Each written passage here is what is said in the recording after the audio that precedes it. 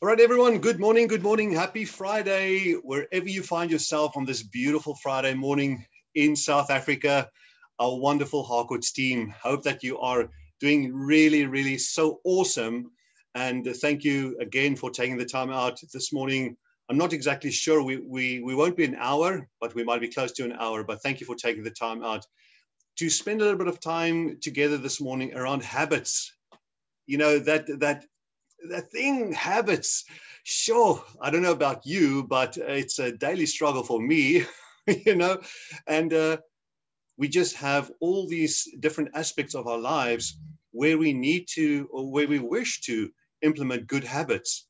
But like I said, it might be one of those things where you feel there's quite a bit of room for improvement, or whatever the case might be. But I'm so thrilled that you joined this morning. I would like to start by sharing a short little video with you. And I'm sure that you've all seen this video. It's a Prudential ad that showed a few years ago. And I'm definitely not a representative of Prudential, but I think that the message in this TV commercial speaks highly of consistency and habits. And that's really what our message is about this morning. So let me pop out of this very quickly. And I'm just going to open ad. I'm going to start to play it for you. Life and thought have gone away, leaving door and windows wide, and no murmur at the door, so frequent on its hinge before. Young and old have stumbled here, faith and longing far from home, and no murmur at the door, so frequent on its hinge before.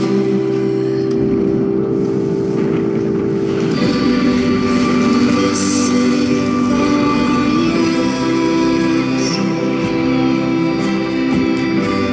great and distant, how far, imagine corruptor, would they close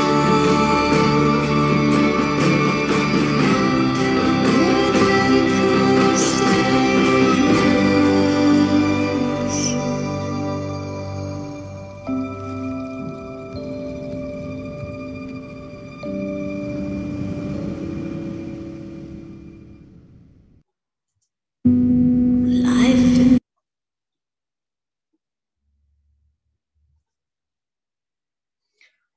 Yeah, so consistency is the only currency that matters.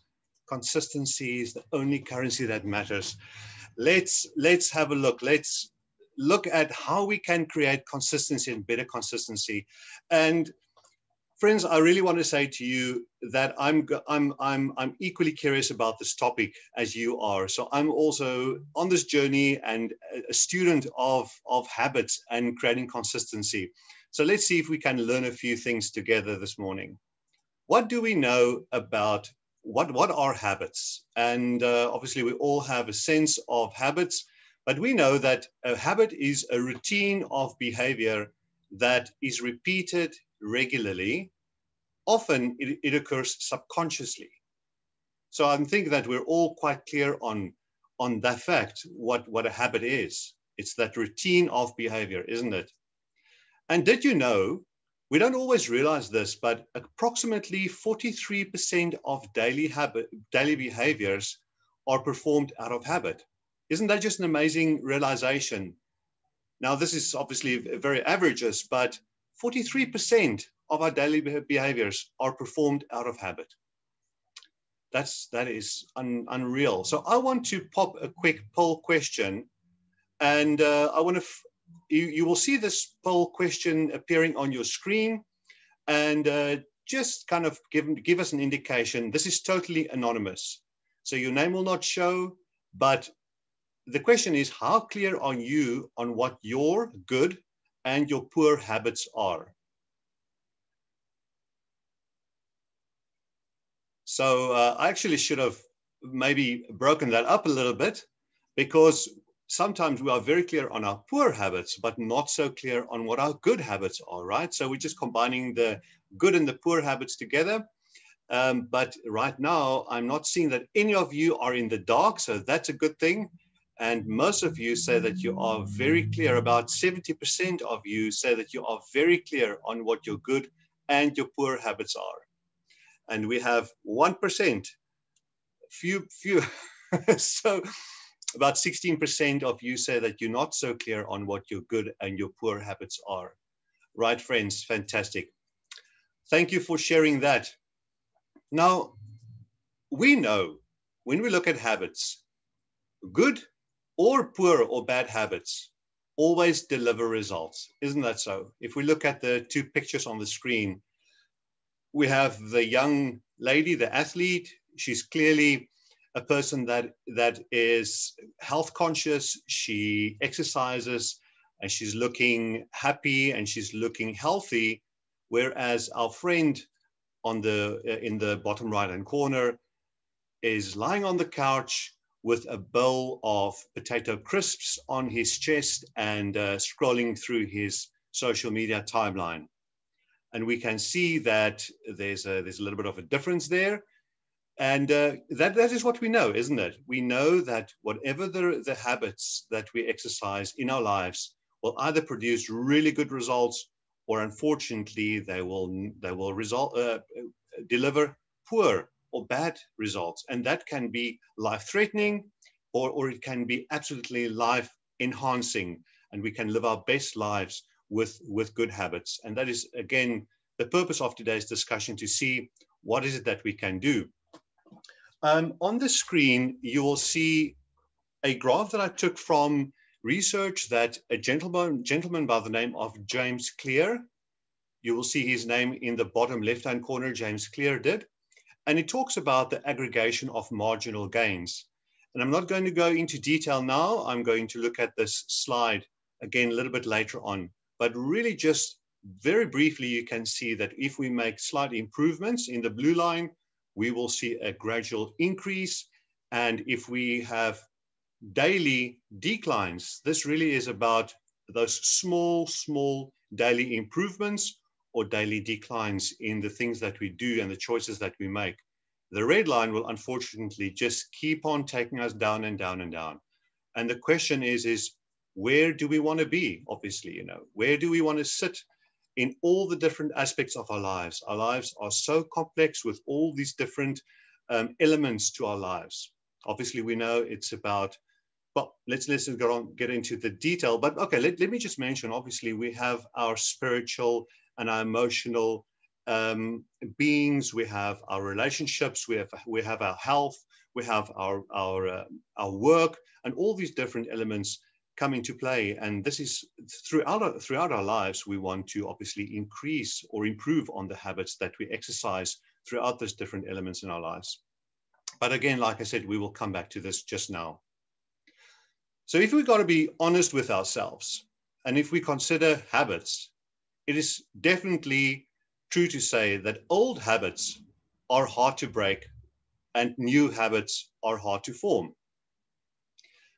Now, I would like to believe that the reason why you're on this little webinar today is because you might have a need to improve on some of your habits or shake some of the poor habits, and you have a belief that you can build new habits. But we do know that those new habits are hard to form. And let's see what we can learn over the next hour or so around forming new habits.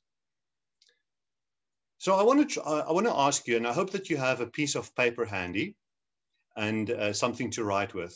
And I want to ask you just very quickly, if you sit there, as you're sitting there this morning and you apply your mind, what are you trying to achieve? And if you have to think of the 5 top habits that you're either trying to improve or habits that you're trying to shake, or those bad habits that you're trying to shake? What are those 5 habits, if you can think of 5, that you really want to pay attention to, that you really want to zone in and make the necessary changes to those? Think about it for a moment. What are you trying to achieve? What are you trying to improve? Or what are you trying to change? What is that for you? And I want to ask you to take a minute or two to write that down for you. If I can just say one more thing, we're all so different. Not 2 of us are the same individuals. We're all wired totally differently. Everything that has come into play to where we are, the nurture, the nature, we are such complex human beings. So we cannot really compare ourselves to the person next to you. What is it that for you that you want to improve or change?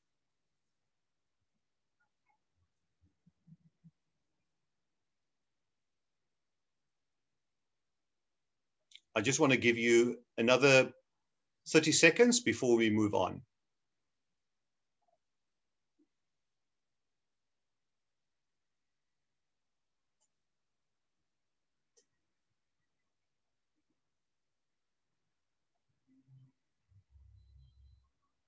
And friends, if I can just say, we're specifically talking about things that you believe could be habits. What are those habits that you would like to improve, or habits that you would like to change?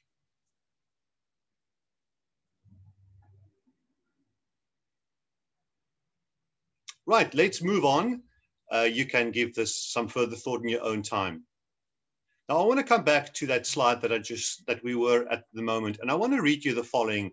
I cannot even remotely convey this in the way that James Clear says this. So I want to read this to you, and this comes off a website, and I'm actually going to share this document with you. If you want to email me after the session, my email address is Kobus with a K, .low, KOBUS.LOUW @harcourtsa.co.za. And I have actually a really good, it's actually a very cool, let me just show you what it is. It's a 24-page document on process improvement, a brief guide on how to master the art of continuous improvement by James Clear. Again, James Clear is an international authority on motivation, habit forming, and this guide is most insightful. I think if you read through this and you use this as a very good guide, you're going to make major improvements in your life and in your business. But I want to come back to this graph, and here, listen to what James Clear says. In the beginning, when we start out around this little black dot to the left, there is basically no difference between making a choice that is 1% better or 1% worse. So we're talking about daily choices that you and I make. In the beginning, there is very little difference. In other words, it won't impact you very much today. That difference between a good decision or a bad decision.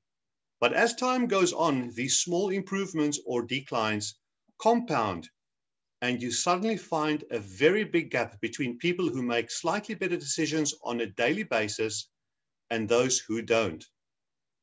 This is why small choices don't make much of a difference at the time, but add up over the long term. On a related note, this is why I love setting a schedule for important things, planning for failure, and using the never miss twice rule. I know that it's not a big deal if I make a mistake or slip upon a habit every now and then. It's the compound effect of never getting back on track that causes problems.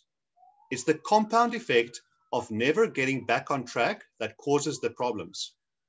By setting a schedule to never miss twice, you can prevent simple errors from snowballing out of control. Most of the significant things in life are the sum of all the moments when we choose to do things 1% better or 1% worse. Gee, friends, I just want to read that to you again, if you don't mind. Most of the significant things in life are the sum of all the moments when we choose to do things 1% better or 1% worse. There is power in small wins. This is why the system is greater than the goal. The system is greater than the goal. This is why mastering your habits is more important than achieving a certain outcome. It's why mastering your habits is more important than achieving a certain outcome. Where are the 1% improvements in your life? So that is just, for me, so inspirational and insightful, and I just wanted to read that to you. So I think, if we look at this graph, we can spend so much time on it, and it's for me, this is deep stuff. I know it's not a topic that we can skim over briefly, because it talks about so many things in our lives. And it talks about those small choices that we make on a daily basis. And we want to be on that blue line. We want to improve. We cannot afford to be on the red line of slow decline. We know the effect that has in our lives on so many levels: our relationships, our health, our mental health, our physical health, our business life, our finances, all those things. Yeah. So let's move on to the next slide. Friends, have a look at what Jim Rohn said. Success is a few simple disciplines practiced every day, while failure is simply a few errors in judgment repeated every day.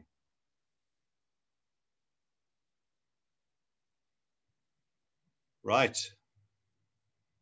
It's one of those quotes that, you almost want to read over and over again, because it is so, your mind explodes around how simple it is, but how profound it is. So it comes down to consistency. We saw in that Prudential ad, consistency is the only currency. And our good habits, if we can create consistency around our good habits, that will have a huge and a massive impact on our lives. And for us as real estate professionals, whether you are a sales or rental professionals, we know that consistency is critical. It's the critical key in real estate success. If we want long-lasting, sustainable success in our businesses, and we want a business that compounds year after year and that grows into something substantial, we have to be consistent in what we do. We also understand the value in doing a little, a lot. We just read that on James Clear's analysis of that graph, making those 1% improvements on a daily basis. We've heard in Harcourts, many of you have heard the 20-mile march analogy. The 20-mile march analogy, sorry guys. But it speaks about the 20 miles that we journey every single day. And those things that we do on a daily basis to advance our business 20 miles each and every day. And it comes from the South Pole expedition that the Norwegian expedition leader Amundsen and the British expedition leader Scott, they ventured to the South Pole in 1910 or 1911, and they had two different strategies. And the Norwegians' strategy was to advance 20 miles every single day. They knew that they would reach the South Pole in a certain time, and they would reach it in good physical health and good mental health if they could just advance 20 miles every single day. If they can stay consistent, it would create that momentum for them, and they would reach the South Pole, like I said, in the planned time. Whereas unfortunately, the British team had a different strategy. They decided to advance as far as they could in good weather. And if the weather was bad, they would sit it out. They would wait it out until the weather clears, and then they would get going again. So that was a completely different strategy. But unfortunately, what that caused is it broke their momentum. There were times where that British team had to sit in their tents for more than a week. And if you read Scott's diary or his journal, it just shows how how emotionally and emotionally they were broken down because they couldn't keep going, but they were not willing really to venture out into the blizzard, into the cold weather, to try and advance even in bad weather. And that, as you know, that has become a key business concept, a key success concept in the business world around the globe over the past decades. So many leadership and so many business authorities speak so highly about that consistency. And we've heard in Harcourts so often our leaders speak about doing a little, a lot. Every day. A lot means every day, but just in small chunks. If we're making 10 calls a day, if we're making 10 calls, make them every day instead of making 50 calls in one day, and then the next 2 weeks we don't make any phone calls. We get the idea. So sorry, I don't want to get bogged down on that too much. Now, just that is kind of setting the basis for habits, and for us to understand, just get a kind of a big picture again of what are good habits, what are bad habits, and the importance of those small changes. So I would like to share with you 10 winning habits that I have come across, that I've read up on, that I have identified personally working with many of you and in my 20 years in real estate. And I would like to share this with you, but I'm sure that you can come up with habits of your own that are not included in these. So there are no rights and wrongs. These are just really suggestions, and again, things that I've seen and that I've read up on what winning habits are. So the first habit that's quite clear with a lot of individuals, even the Robin, well, I shouldn't say even, but with the Robin Sharmas of the world and many others, is what they call the 5 a.m. club. It is owning your morning. And I just want to read you a very short excerpt of what Robin Sharma says. He says, winning starts at your beginning. And your first hours of every day are where the great heroes are made. Own your mornings and you'll master your life. So we know that those early mornings would be the time that we can do different things depending on the type of person you are. Yeah, and I know we're not all early morning people. I get it. But it's important to set yourself up. And if you're a person that likes to go to the gym or likes to go for a run early in the morning and then come back home and take a shower and you have your breakfast and you're all in the right mental mindset and you do your planning early morning, you do your prioritization for the day, then you get going. It's all about that morning routine, and I'm going to talk about the morning routine just a little bit when we get to habit number 2.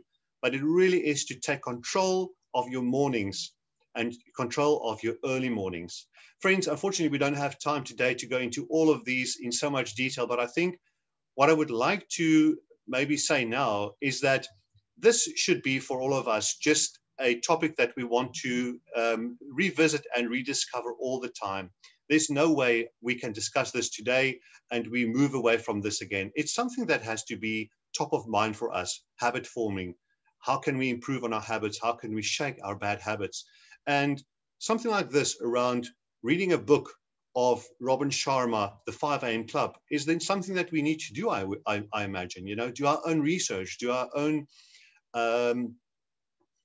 gather information on this topic, on your own journey of mastering your habits.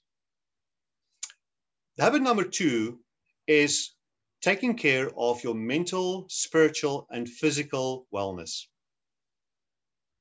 Taking care of your mental, your spiritual, and your physical wellness. So I want to welcome you to write all of these down. I will also be sharing these slides with you, this presentation with you afterwards. And I'll be happy to share you, to send you anything that I have on habits. But, the question I would imagine that we all have to ask ourselves is, what do I do on a daily basis to look after my mental and my spiritual and my physical wellness and my well-being? Am I looking after that, or am I just chasing after the money and chasing after the business, and in the process just killing myself, and in the process getting burnt out.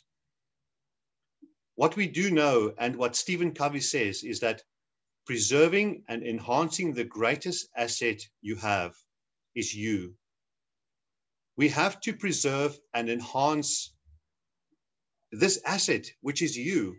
And to do that, we need to look after our spiritual, our emotional, and our physical well-being. And so often we find ourselves that we actually neglect that because we are just so chasing after these monetary goals and the things that we want to acquire in life. You know, we want to make the money because we want to buy the house and buy the boat and buy the house by the sea and all those things. And nothing of those are wrong, but we cannot put that in front of looking after our mental, emotional, and physical well-being. I think you'll agree with me, but what habits are you and I practicing on a daily basis? I can tell you now that I often fall short with this. I'm a little bit of a workaholic, got to be honest with you. So, because I love my work so much, I just want to get it stuck into it, you know, every day. When my alarm goes off, I get up early in the mornings. I'm one of those 5 a.m. club. I can function really well in the mornings, and I just want to get working, you know. So I got to force myself just to say stop. I got to go for my run. Luckily, I've joined one of our. I probably shouldn't mention a name of a company, but it's a health insurance, not a health insurance, but a medical aid company where I have my tracker watch, and it tracks my activity and it rewards me for my exercise, you know, and that pulls through into obviously the items that I buy and the savings that come with that. So that to me has become almost a motivation in itself. So that works for me. But what I guess what I want to say is we got to take the time out to exercise, to look after, you know, meditate, pray, whatever it is that we need to do just to look after our mental well-being. Okay, let me move on. Otherwise, we're not going to get through the content today. I think we get the idea. Strategy habit number 3, and that this follows on almost habit number 1 in a way that talks about the 5 a.m. club, is the habit to strategize, plan, and prioritize. To strategize, plan, and prioritize. And for those of you that tuned into my webinar last week that looked at the Big Rocks balance wheel, that also talked about the importance of strategizing, planning, and prioritizing. And we do know that it's important for us to strategize, plan, and prioritize on a quarterly basis, a monthly basis, a weekly basis, and on a daily basis. We have to, you know, obviously all of these are so critically important that we need to know what's the plan for the quarter, what's the strategy for the quarter. We're into the second quarter of this year now, already a week into it. What are we doing? What are we doing this quarter? What's happening in April, this month? What's happening this week? It's Friday of this week. What were the plans for this week? Did I execute on my plans? Did I actually achieve my goals that I wanted to achieve? What are the plans for next week? Are we already planning for next week? I'm sure we are. I'm sure that you have a very, very clear idea of what needs to happen in your business and in your life next week. And on a daily basis, I'm sure that you have a very clear, you're very crystal clear on what needs to happen today. You're going to be in this session until 10:30, and then you have a very clear plan for the rest of the day. And so is tomorrow and every other day. But friends, I think you'll all agree, if we fall short on strategizing, planning, and prioritizing, we're going to be nowhere. We're going to be in a position where our day runs us. We're not running our day. Other people control our lives. We're not controlling our own life. And that is critically important. I just want to read you the following. There are hundreds of estate agents who earn huge sums of money because they have a goal, a business plan, and a structured daily activity schedule in place. And no matter what, they do what has to be done. Highly successful agents are disciplined and task-orientated, which means they're not likely to do things on the spur of the moment. They don't go shopping in the middle of the day or start working at 11 a.m. They are focused and they know exactly what must be done from Monday to Sunday. How do you like that? That's not me that says that. Again, that is James Clear. that talks about the importance of planning. And with that planning, quite a few students of habits talk about being very clear on your morning schedule and owning your morning schedule, because we find that our mornings are often the time where we can really control our time. But I don't want to go into too much detail now on that. Right, are you happy with that? Habit number 3, shall we move on to habit number 4? I hope that you're all still good and enjoying the content so far. This is just another example of cleaning our house. You know, there are daily tasks that needs to be done, like cleaning the toilets, washing the dishes, sweeping the rooms, making the beds, doing a lot of laundry every day, and the bathroom countertops. But then on a weekly basis, we could clean up the outside toys, clean the floors weekly, restock the bathrooms, and so it goes on. And on a monthly basis, we will sweep the leaves from the porch, and we will clean the blinds 1 room a month, clean the ceiling fans, etc., etc. So friends, just a very simple, obviously, example of how we can categorize our task in terms of house cleaning, daily, weekly, monthly. You get the idea. Right. Habit number 4, are we saying no to the necessary things? And obviously saying yes to the right things. But our challenge in today's world is we are absolutely swamped and bombarded by noise and by things around us. And if we can have an awareness and can be tuned in to having the ability to say no to more things, then we will be on our way to success. Saying no to those urges to pop onto social media and spending half an hour or an hour at a time on social media, going on a complete tangent and becoming so, what's the word I'm looking for? The procrastination that goes with that. Saying no to an invite of a person that wants to take up a few hours of your day in the middle of your business day. Saying no to colleagues that just want to talk and talk and talk, maybe in the office or wherever, and really wasting our time. Saying no to watching too much TV, and so we can go on. But if we can, again, if we can have an awareness of those things that we need to say no to more, then we can be more clear on the things that we need to say yes to and go after that. I have heard so many of our top agents in Harcourts saying no to me because they know that doing that will take their focus away from doing the necessary and the important things. And that we appreciate and that we value. So I want to leave that with you. What are the things that you can say no to more that you know are taking up too much time, that's breaking your focus, that's taking your focus away from the important things? Habit number 5, outstanding communication. If we can build really good habits and we can become better communicators, and I say that, obviously knowing that many of you that are tuned in today are outstanding communicators. But friends, to be honest with you, if we just look at general communication, not only in Harcourts, but just generally in society, we can all agree that people have become very poor communicators. And that is because we are swamped by communication. There is so much communication that goes on. From the moment that we open our eyes in the morning until the moment that we go to sleep, it's just communication, isn't it? We have our phones in our hands all the time. It's every like 10 seconds, your phone pings, there's a WhatsApp message, there's an SMS, an email comes through on your phone. And statistics show that about 82% of people these days get all the communication on their phones, whether it's an email or a WhatsApp or an SMS. So it's with us all the time, and we do become really stale as far as our commitment to communication goes.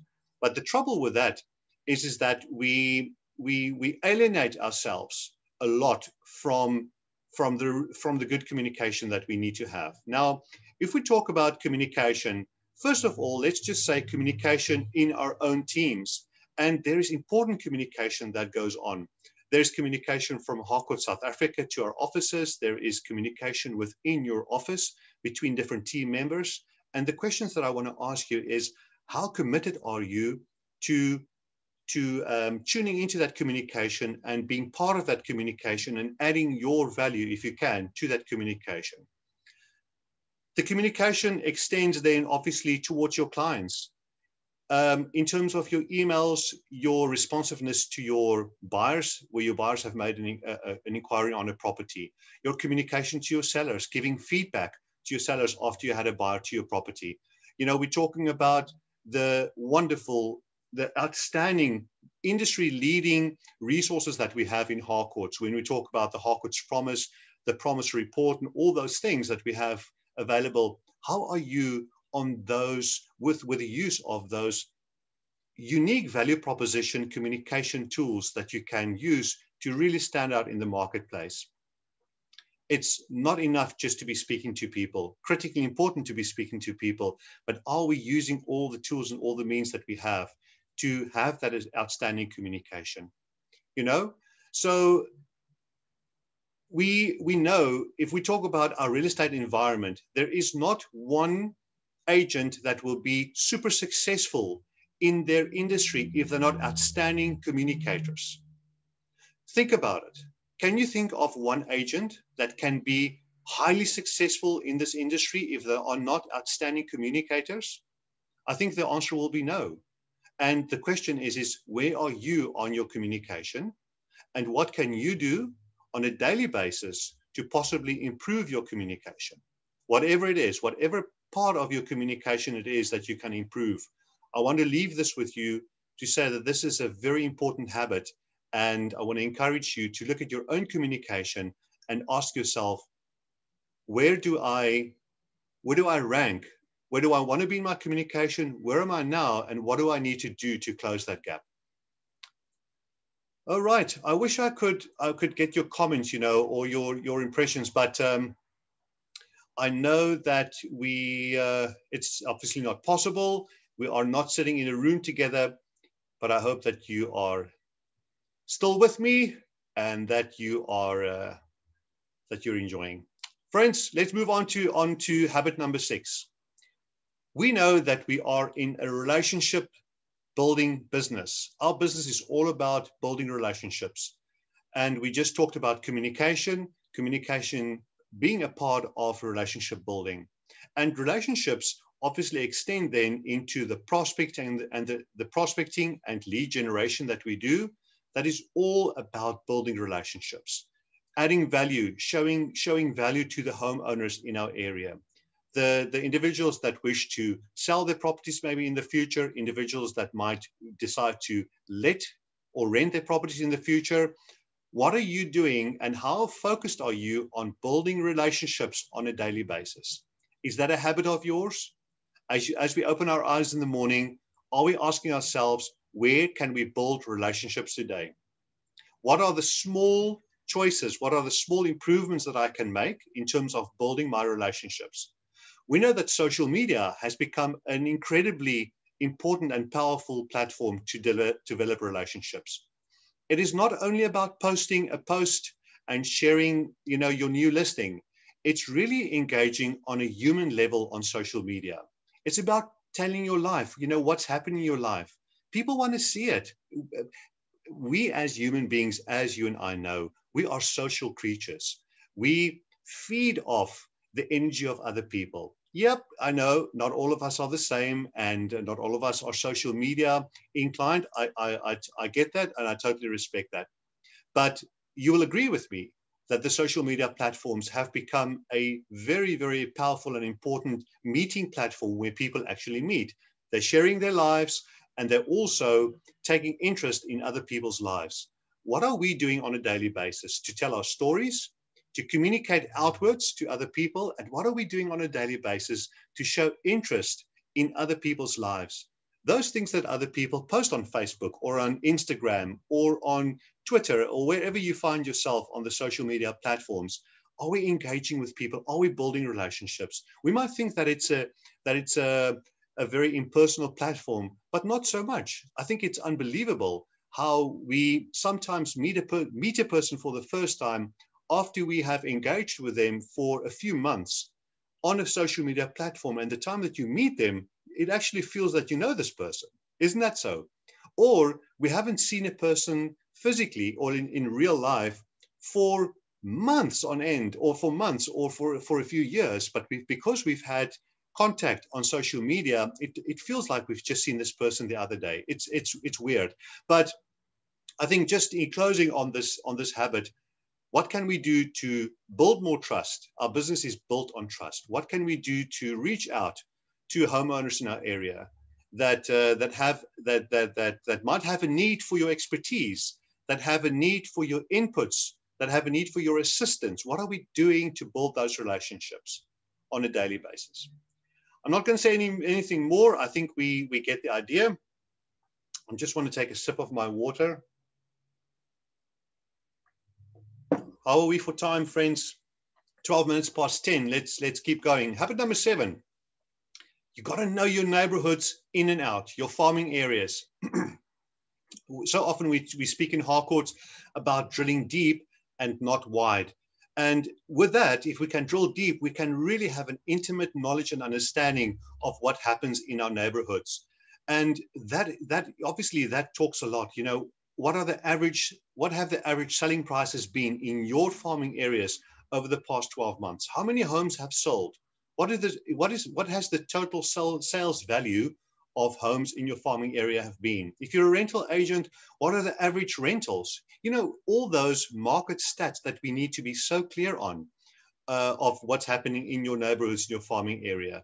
And so we can go on about all these demographics, but you have to be a market specialist to really command the attention of homeowners that have a need for your services. If we are a jack of all trades, if we just want to run around the show, we're not going to have that intimate knowledge of every area. But I don't want to go into that much detail now. I really think that all I want to say is that we got to have a deep understanding of our neighborhoods so that our homeowners can see you as the agent of choice, the go-to agent in their neighborhood. And the question that I have for you today is, what are you doing on a daily basis to keep your eye on what's happening in your farming area? Do you know of every single listing that comes onto the market in your area? Do you know when it's listed? Do you know what the listing price is of that listing? Do you know by whom it's listed? Are you making contact with the homeowner of that property that have just come onto the market with another agency? Are you tracking that? Are you maybe putting it into a spreadsheet? Are you keeping the data going of what's happening in your farming area so that you can sit with information over time that no other agent has? Imagine if you can implement a habit in your business where every day when new properties come onto the market in your focus area, you make an entry in an Excel spreadsheet, you keep track of that listing from the day that it was listed to the day that it sells, from the listing price to the eventual selling price. And you can, in 12 months from now, sit with data that no other agent will have in your farming area. Wouldn't you agree that that could be a huge addition to your value proposition that you can then discuss with homeowners, whether you're a sales or a rental agent? That requires a daily discipline. It requires a habit to be that focused on your farming areas and on your neighborhoods. So I want to leave it with you to ask yourself, what can I do more on a daily basis to really command my neighborhoods and to have that intimate knowledge? Let's move on to habit number 8. Our listing presentations and the dialogue that we have with our clients. Again, listing presentation, whether you're a sales or rental agent, it is that tool that we're going to use to sell ourselves and to have that conversation, isn't it, with our homeowner that's looking to sell or buy. And if we are not constantly improving and practicing our listing presentations and practicing our dialogue that we have, not only the dialogue when we sit with a homeowner presenting our presentation to them, but also our dialogue on the phone. What is it that we're saying to our sellers and our landlords and our buyers and our tenants on the phone, in any form of communication that we have?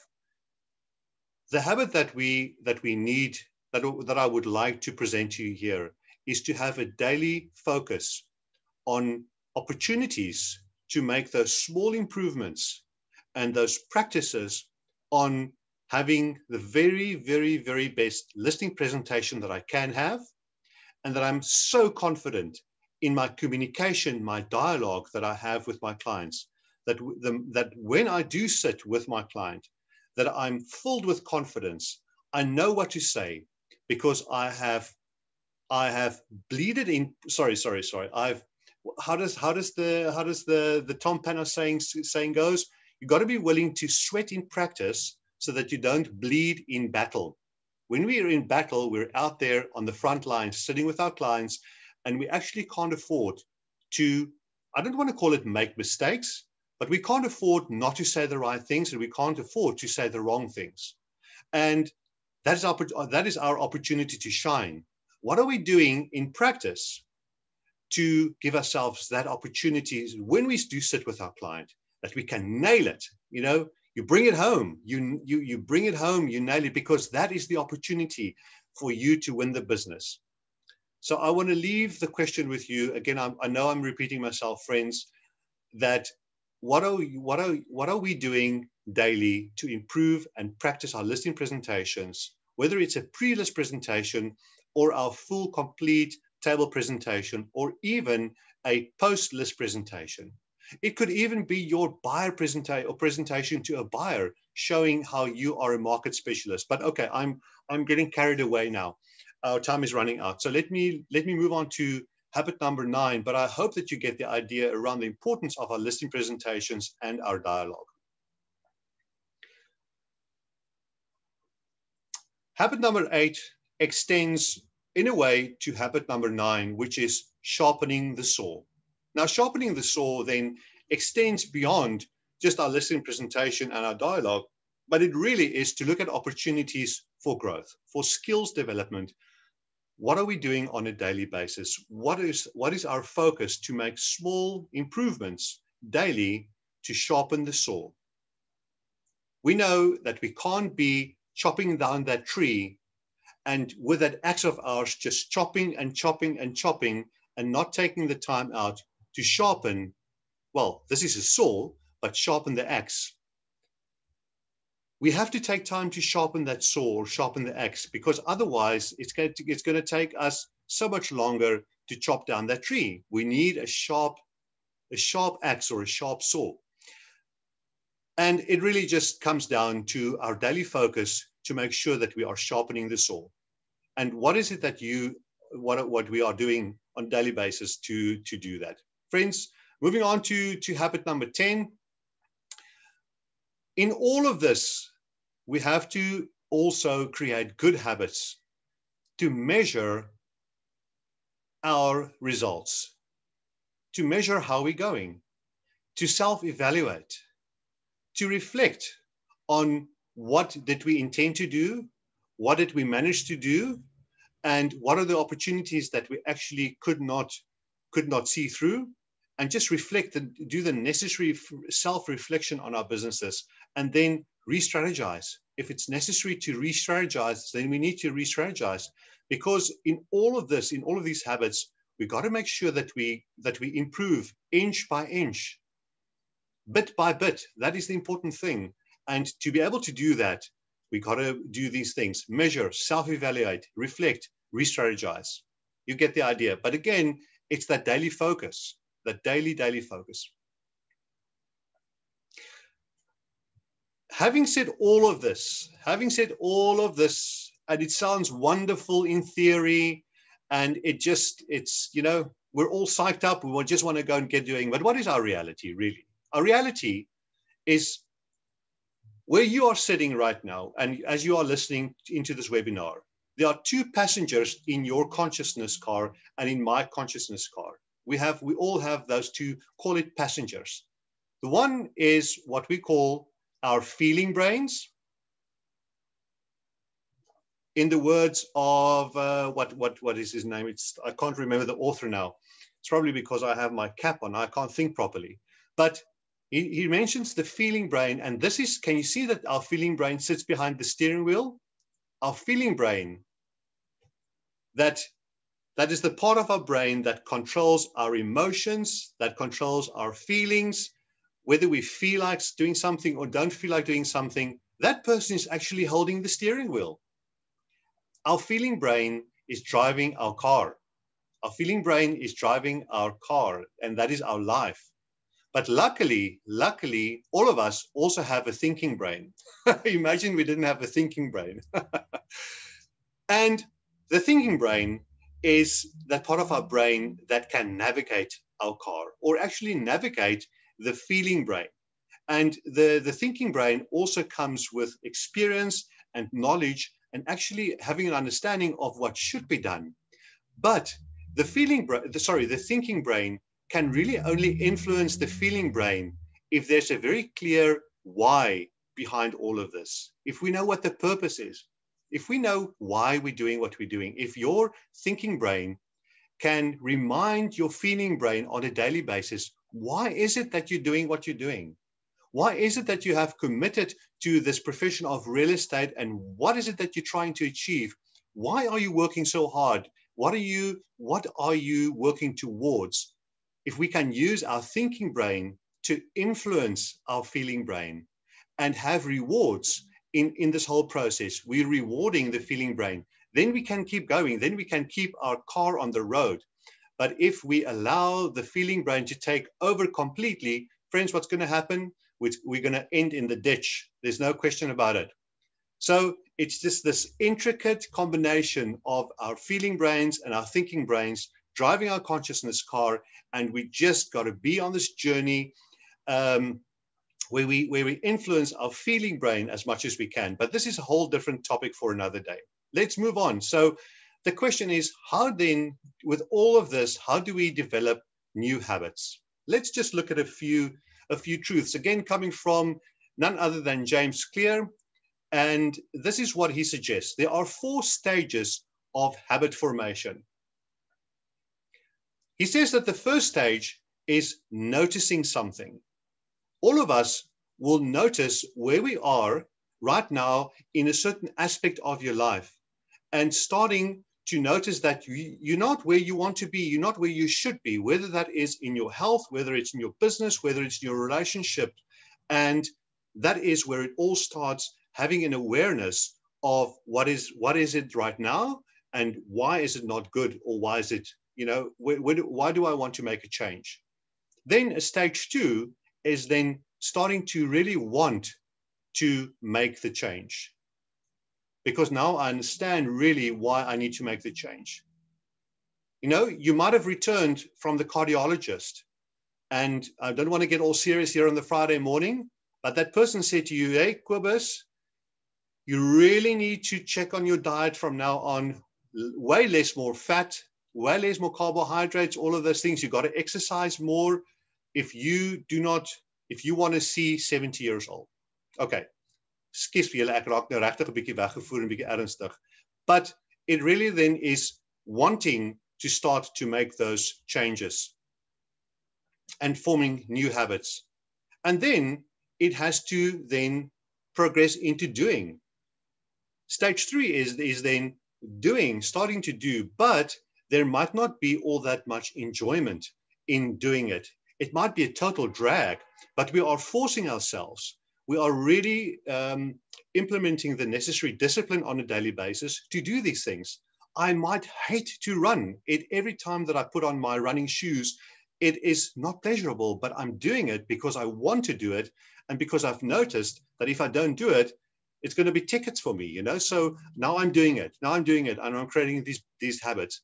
And if we can get the frequency going in all of this, in all of these stages, now I'm doing it. Friends, what is the step 4 in this 4 stages of habit formation? Step 4, or stage 4, is actually starting to like it.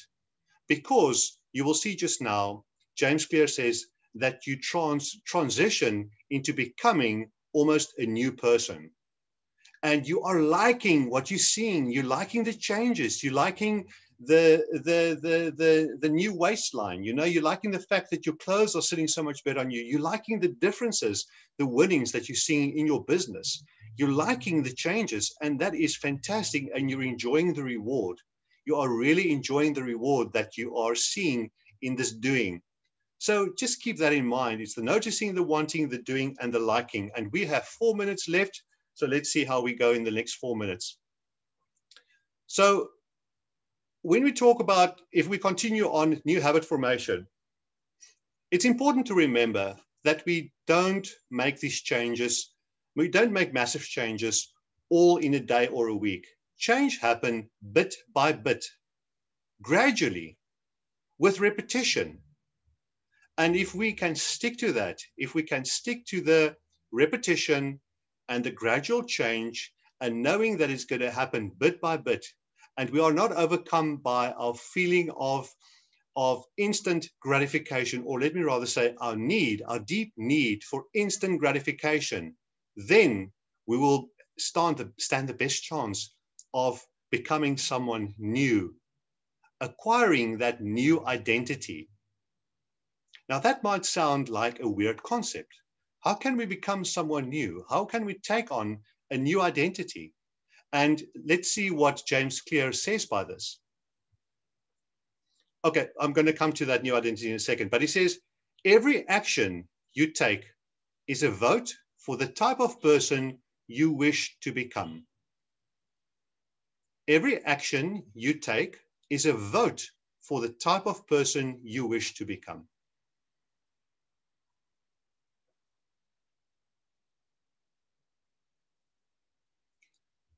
So true change is then identity change. True change is identity change. He uses a few examples, but two of the ones that I just wanted to share with you is the goal is not to read a book. The goal is to become a reader, is to love reading. Because if your goal is just to read one book and you've read the book, then you're probably not going to read another book. But the habit that you want to form is to become a reader. Another example that he uses is if you want to start to exercise and become a runner, the goal is not to run a marathon. The goal is to become a runner. Isn't that interesting? But it is that identity change. We become a runner. You become a reader. I become a healthier eater. Isn't that why so many people fall short on their diets? Because they chase a goal, and once they've reached the goal, they might not have reached that identity change, and they fall back on bad habits. But anyway, let's leave it there. But I think that is really profound. Friends, in all of this, it's very clear that we got to trust the process. It's all about in the new systems that we create for ourselves and the process. It is then not to be so focused on the end goal, but it's to understand what are those daily improvements that I need to make. What are the habits that I want to change? What are the daily improvements that I need to make? And to stick to the process, to trust the process, to trust that the process then will deliver the results of taking on that new identity, reaching that level of change that I want to achieve, and to trust in the process. And your process is going to be different from the person that sits next to you or from another person in your office and you're in your business. We all might have a very different process, but it's to trust the process. One thing that I want to ask you is, who is your partner in this journey? As we have our gym instructors and the dietitians that we go to, or whatever the case might be, we often need that person that can be our accountability partner, that's on this journey with us. Isn't that so? And it's important to know who that person is. Sorry, I just want to see there's a message here. Thanks, friends, for that nice comment. So the question that I want to ask is, who is your partner? If we just talk, if you'll allow me, if we just focus on our real estate business, since we are all today real estate professionals, and we think of our real estate business, who is your partner that can be on this journey with you? Would it be your principal? Would it be a sales manager? Could it be a mentor agent in the office that is very experienced, that is willing to make their time available to you? Could it be a fellow experienced colleague? You might be sitting there today, very experienced, but you are just needing that person, you know, that you can confide in, that can be on this journey with you. Identify that person and go on a journey with this person. Friends, I'm going to look at there's a question, but I'm just going to look at that in a second. I just want to finish up. I know our time is up. What is almost in closing, this is like really in closing, is if you can change your habits, you can change your life. That is massive. I mean, that is just so massive. It is, if we can change our habits, we can change our life. That's huge, isn't it? Comes down to the discipline and the daily choices that we make, those daily small choices that we make that can make all the difference to set us on that path of growth, of success, or unfortunately, to set us up on a path of slow decline and eventually imploding in this profession or in life, in things that we want to achieve. So friends, I want to ask you, why not live your best life? Take today as an inspiration and start on a new journey of discovery, possibly of identifying those habits that need to change, and set yourself up for living your best life. You owe it to yourself. You owe it to the people that depend on you. You owe it to your loved ones. But ultimately, in the end, you owe it to yourself to live your best life. We only have this one life. And we have the ability, we have the tools and the resources to live our best life. And I want to encourage you to do whatever it takes to live your best life. And just remember that you are not on this journey alone. Let's do this together. You are part of the Harcourts family. You have family that surround you. I'm a phone call away. Your business manager, your principal is there to assist you. Your colleagues in your team are there to assist you. Confide in them. You know, be authentic. Tell them, man, yeah, I'm battling with these habits. Come on, guys, help me. Be my accountability partners, you guys, you know. Be courageous in this journey. Learn, like I said, you know, read books, read up on this. Don't let today just slide by and you just move on with your old habits. I really want to encourage you. Make the changes that you need to make and know that we are on this together. Friends, with that, my asem is op. My keel is droog. Let me take a sip. But I want to thank you so much for coming online today. It's unbelievable how quickly an hour passes.